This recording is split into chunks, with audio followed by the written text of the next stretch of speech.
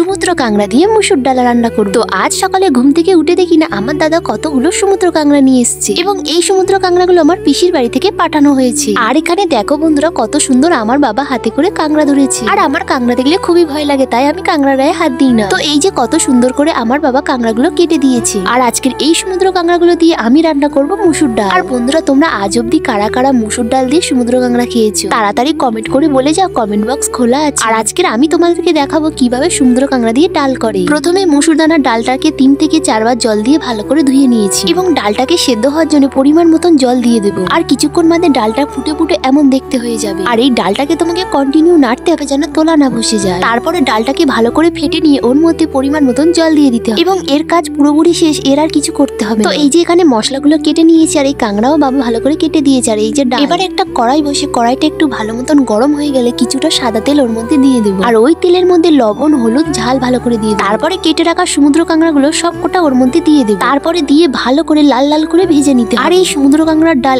এত সুন্দর খেতে হয় আর এতটা মজাদার খেতে হয় তোমরা বিশ্বাস করতে পারবে না। একদিন যদি বাড়িতে না বানাও তাহলে কোনোদিন বুঝতে পারবে না যে এর কি পরিমাণে টেস্ট হয়। তো এখানে কাঁকড়া ভাজা পুরোপুরি কমপ্লিট। এবার ওর মধ্যে দিয়ে দেবো শুকনো লঙ্কা, তেজপাতা, 5 দিয়ে ভালো করে ভেজে নিয়ে কেটে রাখা পেঁয়াজগুলো ওর মধ্যে দিয়ে দেবো এবং কেটে রাখা কাঁচা লঙ্কাগুলো ওর মধ্যে দিয়ে দেবো। এবার পেঁয়াজটাকে গোল্ডেন কালার করে ভেজে নেব। আর দেবো ওর মধ্যে আদা রসুন বাটা এবং আদা রসুনটা ভালো করে ভেজে নিয়ে ওর মধ্যে কেটে রাখা টমেটো গুলো দিয়ে দেবো এবং কিছুটা ডালের জল ওর মধ্যে দিয়ে দেবো। তারপরে দেবো লবণ, হলুদ আর কিছুটা ঝালের গুঁড়ো। তো সবকিছু দিয়ে ভালো করে কষিয়ে নিয়ে ভেজে রাখা কাঁকড়া গুলো ওর মধ্যে ঢেলে দেবো। তারপরে মশলা আর কাঁকড়া ভালো করে কষিয়ে নিয়ে গ্যাসের মধ্যে যে ডালটা করে রেখেছিলাম সেই ডালটা পুরোপুরিটা ঢেলে দেবো। এবার যখন ডালটা ফুটে উঠবে কেটে রাখা ধনেপাতা গুলো ওর মধ্যে ছড়িয়ে দেবো। তো এই যে এখানে রেডি সমুদ্র কাঁকড়ার ডালের রেসিপি। তো সমুদ্র কাঁকড়ার ডালের রেসিপিটা কেমন হয়েছে তোমরা কিন্তু অবশ্যই কমেন্টে জানাও। তো আজকের মতন বিদায় নিচ্ছি, দেখা হচ্ছে নেক্সট ভিডিওতে। আজকের মতন টাটা।